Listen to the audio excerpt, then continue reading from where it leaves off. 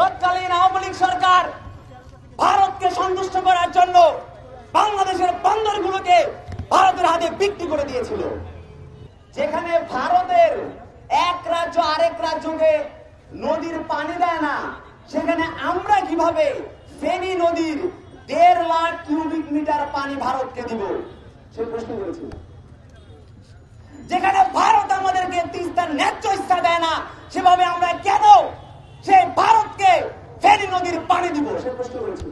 ভারত যেখানে আমাদেরকে কয়লা দেয় না, যে কয়লার অভাবে আমাদের বিদ্যুৎ কেন্দ্রগুলো বন্ধ হয়ে যাচ্ছিল, সেখানে আমরা কিভাবে ভারতকে গ্যাস দিব। যেখানে ভারতের কারণে আমাদের সীমান্তবর্তী অঞ্চলগুলোতে পাথর উত্তোলন বন্ধ করা হয়েছে, সে ভারতকে আমরা কেন গ্যাস দিব। আবদার ফাহাদের উদ্বেগের কারণ ছিল বাংলাদেশের রোহিঙ্গাদেরকে প্রত্যাবর্ষণ করা হচ্ছে, এই প্রত্যাবর্ষণের কারণে বাংলাদেশ ক্ষতিগ্রস্ত হবে। আবদার ফাহাদ বাংলাদেশের পররাষ্ট্রনীতির প্রত্যেকটি বিষয় নিয়ে সোচ্চার ভূমিকা অবতরণ ছিল। সে বুঝতে পেরেছিল বাংলাদেশের তৎকালীন আওয়ামী লীগ সরকার তার ক্ষমতার বস্তুত্ব টিকিয়ে রাখার জন্য বাংলাদেশকে ধীরে ধীরে ভারতের হাতে বিক্রি করে দিচ্ছে। এখন আমরা 2024 সালে এসে জুলাই বিপ্লবের মাধ্যমে আওয়ামী লীগ সরকারের পতন ঘটিয়েছি, কিন্তু আমরা দেখতে পেয়েছি এই পতন ঘটানোর পর বাংলাদেশের ইতিহাসে এক বছরে টানা 4র্থবারের মতো ভারতের পানিতে বাংলাদেশ বন্যা কবলিত হয়েছে।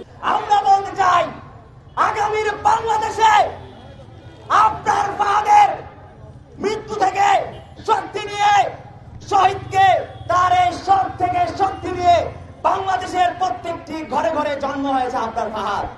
আবদার ফাহাদের এই মৃত্যুর পরই বাংলাদেশের প্রত্যেকটি ঘরে ঘরে আবু সাইদের জন্ম হয়েছে, বাংলাদেশের প্রত্যেকটি ঘরে ঘরে মীর মুগ্ধর জন্ম হয়েছে। এই জুলাই বিপ্লবের যে বিপ্লবী তরুণ প্রজন্ম, এই তরুণ প্রজন্মের জন্ম হয়েছে আবদার ফাহাদের এই শহীদ হওয়ার কারণে। আমরা কখনো এই বাংলাদেশে ভারতের কোন আধিপত্য মেনে নেব না ইনশাআল্লাহ। যারা যখন ক্ষমতায় বসবে, আমরা যদি দেখতে পাই তারা ভারতের দাবিদারি করছে, তারা ভারতের গোলামি করছে, তাহলে আমরা শেখ হাসিনাকে যেভাবে ভারতে পালাতে বাধ্য করেছিলাম, তাদের পরিণতিও ঠিক একই রকম হবে ইনশাআল্লাহ। আমরা সোচ্চার আছি। বিপ্লবী গার্ড এই তরুণ প্রজন্ম হবে আগামীর বাংলাদেশের বিপ্লবী গার্ড। এই ভারতীয় আগ্রাসনের বিরুদ্ধে এই বাংলাদেশের শেষ পর্যন্ত তারা রাজপথে সক্রিয় ভূমিকা পালন করবে। আমরা বলতে চাই এই বাংলাদেশের মধ্যে আর কখনো ভারতীয় আধিপত্য মেনে নেওয়া হবে না। আমরা ভারতের বিরুদ্ধে না, আমরা ভারতীয় আগ্রাসনের বিরুদ্ধে। ভারত আমাদের এই বাংলাদেশে যে আগ্রাসন করছে, আগ্রাসন চালিয়েছে, সে আগ্রাসনের বিরুদ্ধে আমরা দেখেছি এই দ্বিতীয় স্বাধীনতার বাংলাদেশেও ভারত ক্রমাগত আমাদের উপর আগ্রাসন তারা চালাচ্ছে। আমরা দেখতে পাচ্ছি বন্যাকে একটি অস্ত্র হিসেবে ব্যবহার করে তারা বাংলাদেশকে বানভাসী করছে, বাংলাদেশকে তারা বন্যা কবলিত করছে।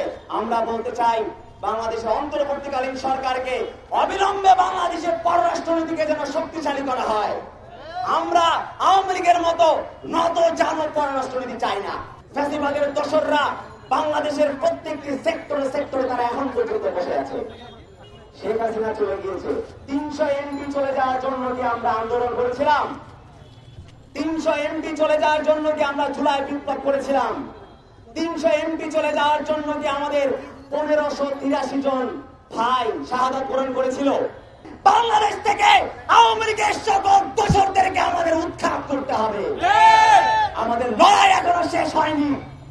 আমাদের ছাত্র জনতার যে ঐক্যবদ্ধ শক্তির মাধ্যমে আমরা আওয়ামী লীগ সরকারের পতন ঘটিয়েছিলাম, সেই ঐক্যবদ্ধ শক্তি আমরা এখন পর্যন্ত জানিয়ে রেখেছি।